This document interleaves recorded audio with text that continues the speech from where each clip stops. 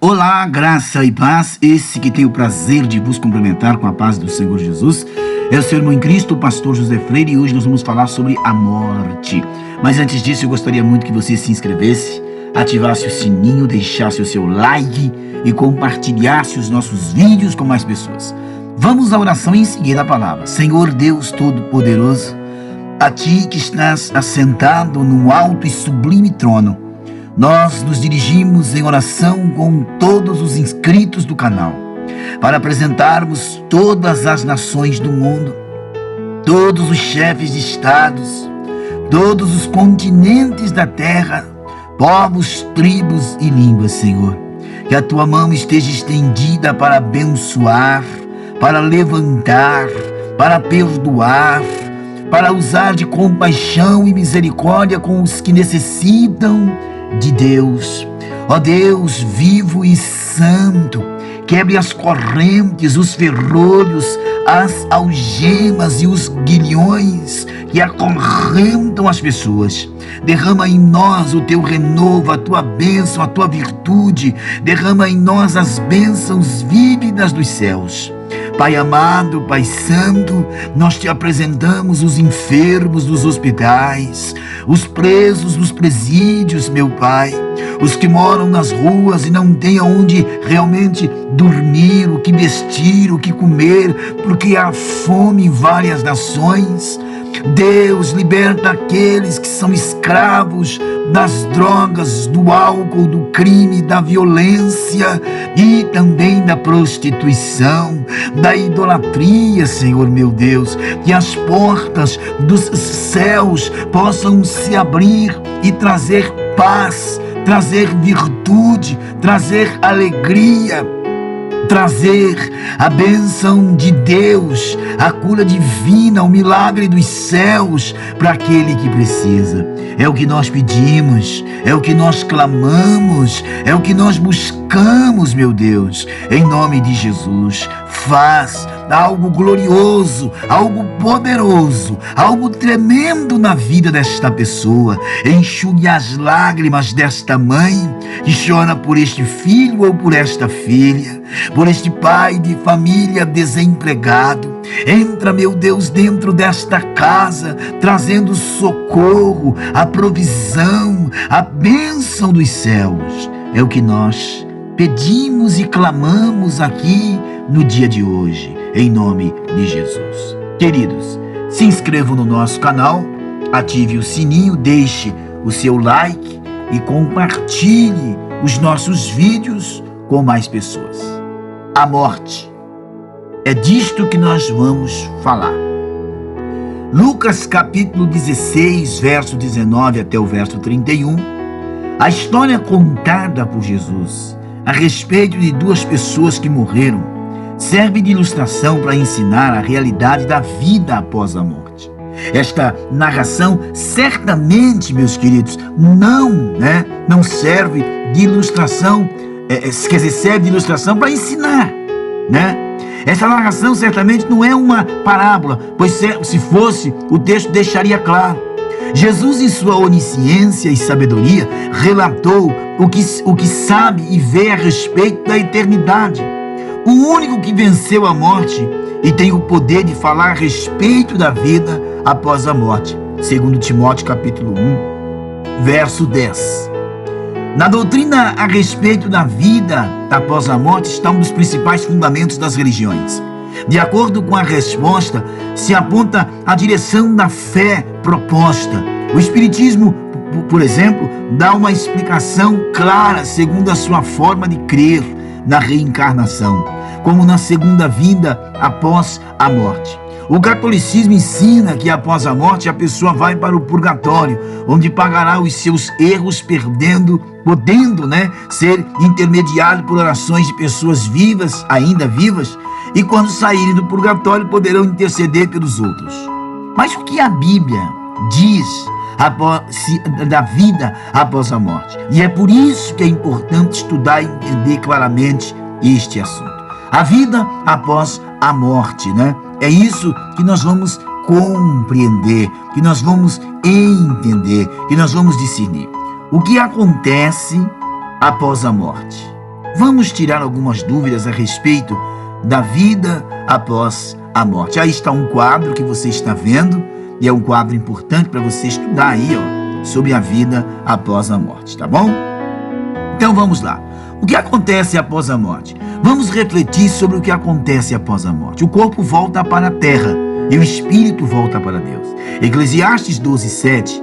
E o pó volta à terra como era, e o espírito volta a Deus que o deu. Então, quando a pessoa morre, o seu corpo que veio da terra volta ao pó e se decompondo, Gênesis 3:19, e o seu espírito retorna para o comando de Deus, aguardando o juízo, de Hebreus 9, verso 27. Então a alma da pessoa aguarda o juízo final. Hebreus 9:27, e assim como os homens estão ordenados a morrerem uma só vez, vindo depois disto o juízo. Após a morte, a pessoa aguarda o juízo final, quando serão julgados, Apocalipse 20. A salvação pode acontecer enquanto há vida, Eclesiastes 9 e Isaías 55. Na volta de Jesus acontecerá a ressurreição dos mortos, João 5, 28 e 29. Não vos maravilheis disso, porque vem a hora em que todos os que se acham nos túmulos ouvirão a sua voz e sairão. Os que tiverem feito bem, para a ressurreição da vida, e os que estiverem praticado mal, para a ressurreição do juízo. Todos os mortos ressuscitarão, João 5, 25 e Daniel 12, 2. Primeiro os mortos em Cristo serão ressuscitados, e os salvos ainda vivos serão arrebatados, 1 Tessalonicenses 4, 16, 18 e 1 Coríntios 15, 20, 52. Depois os mortos sem Cristo serão ressuscitados para o juízo final, de Apocalipse verso 20, verso 5 e João 5, verso 29. Como a pessoa fica esperando? Em 1 Tessalonicenses 4,13, não queremos, porém, irmãos, que sejais ignorantes a respeito aos que dormem, porque para não vos entristecerdes como os demais que não têm esperança. Pois se cremos que Jesus morreu e ressuscitou, assim também Deus, mediante Jesus, trará a sua companhia aos que dormem. Então alguns comparam o texto como um sono, 1 Coríntios 15, 20, especialmente para quem está em Deus, João 11 e Lucas 8, 58, e descansa no Senhor, Hebreus 4. Não há comunicação entre os vivos e os mortos, não existe estado intermediário de Lucas 16, e não há chance após a morte, da Eclesiastes 9:4. Não existe estado intermediário como, por exemplo, purgatório, limbo ou reencarnação. Após a morte, o destino da pessoa já está decidido conforme a sua vida e as suas obras. Lucas, Apocalipse falam disso, e Mateus. Não há nova chance após a morte, Eclesiastes 9. Apenas aguardamos o momento do juízo final, Mateus 25. Há uma diferença entre quem é salvo ou não salvo? João 5,24, em verdade vos digo que quem ouve a minha palavra e crê naquele que me enviou, tem vida eterna. Não entra em juízo, mas passou da morte para a vida. Então, separação, salvos, seio de Abraão, Lucas. Descanso, o sono, João 11. Paraíso, Lucas 23. Perdidos, em tormento, João 5. Aguardam o julgamento, Apocalipse. Sabem que serão condenados, João, certo? Quem é salvo descansa, e quem não é salvo está em tormento, João 5, 24. O salvo já está na presença de Deus no paraíso, Lucas 23, 2 Coríntios 5, Filipenses 1. Quem não creu está condenado, Marcos 16, 16, João 3, 18. Está aí mais uma explicação, juízo final, ressurreição do juízo, a primeira ressurreição da vida, Tessalonicenses, que é o arrebatamento, e a ressurreição do juízo final. Existe uma separação entre os mortos salvos ou não salvos. Aqueles que serão salvos já estão com Deus e esperam a ressurreição para a vida eterna. Mas quem não será salvo já está em tormento, sabendo que será condenado, Lucas 16, e aguarda um julgamento, Apocalipse 20. Sabem que serão condenados, João 5. Onde ficam os mortos? Salmo 16 faz: pois não deixará a minha alma na morte, nem permitirá que o teu santo veja a corrupção. Para compreender melhor esse assunto, precisamos aprender algumas palavras originais da Bíblia usadas nos lugares após a morte. Sheol ou Seol no Antigo Testamento, traduzido por inferno em Deuteronômio 32, 22, sepultura em Eclesiastes 9, 10, sepulcro em Ezequiel 32, enterrado em Salmo 49, terra em Salmo 55, um mundo invisível em Salmo 89. A palavra Sheol é usada no Antigo Testamento para designar de forma geral o estado de morte. Hades é a palavra grega no Novo Testamento que é traduzida por inferno em Mateus 11, né? Mas, na verdade, Hades é a palavra grega correspondente a Sheol do hebraico. E as duas têm o mesmo significado, referindo-se ao estado da morte. Seio de Abraão é a forma que se entendiam sobre onde os justos ficariam na presença de Deus. Lucas 22. A expressão seio de Abraão foi firmada na cultura judaica, registrada no Talmud, livro das regras dos judeus, conforme sinônimo de céu ou paraíso. Guiena é uma palavra grega no Novo Testamento que realmente significa inferno, traduzida também como o lago de fogo. Jesus usou esta palavra para definir o lado ruim do estado após a morte, mostrando que existe o inferno mesmo. De Mateus 5, você vai entender lá no livro de Mateus. E também o lago de fogo, que é o inferno finalmente destinado a Satanás e seus demônios após o juízo final, de Apocalipse 19, Apocalipse 20. Também chamado de segunda morte em Apocalipse 2:11, Apocalipse 20, verso 6. Para os que não serão salvos, Apocalipse 21:8.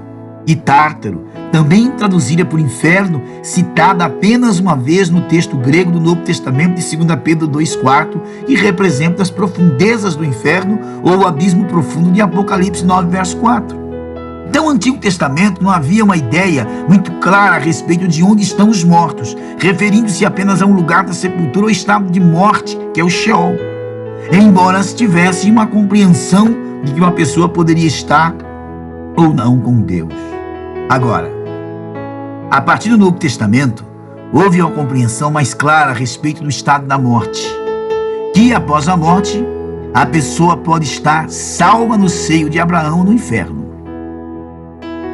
Guiena, Jesus ensinou sobre a vida eterna e avisou sobre a condenação para os que não se arrependerem. E pode haver comunicação entre vivos e mortos? Eclesiastes 5:9, porque os vivos sabem que hão de morrer, mas os mortos não sabem coisa nenhuma.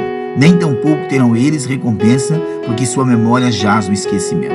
Então não é possível os mortos se comunicarem com os vivos, e nem os vivos com os mortos. Eclesiastes 9. A Bíblia condena a prática da necromancia ou possível consulta aos mortos, Levíticos 19 e Isaías 8. Então, quando se manifestam esses espíritos, são demônios, segundo Coríntios 11. Saul foi reprovado por ter procurado uma feiticeira para invocar Samuel já morto, 1 Samuel 28. E por isso Saul foi condenado, em 1 Crônicas 10, 13. Jesus é o único mediador entre o ser humano e Deus, 1 Timóteo 2,5. Então, creia na vida. E a conclusão é, em 1 Coríntios, quando este corpo corruptível se revestir da incorruptibilidade, que é mortal se revestir da imortalidade, então se cumprirá a palavra que está escrita: tragada foi a morte pela vitória. Onde está, ó morte, a tua vitória? Onde está, ó morte, o teu aguilhão? Jesus venceu a morte. Esta é a nossa mensagem. Acima de tudo, é preciso buscar a vida eterna em Cristo, João 6,40. Receba Jesus como Senhor e Salvador e creia que Ele te salvará, Romanos 10:9. Quem crer será salvo, Marcos 16. Então creia, seja salvo. Isto é o mais importante de Eclesiastes 12:13. Pois não adianta saber tudo e não ser um salvo. Que Deus te abençoe e te guarde com esta palavra. Graça e paz.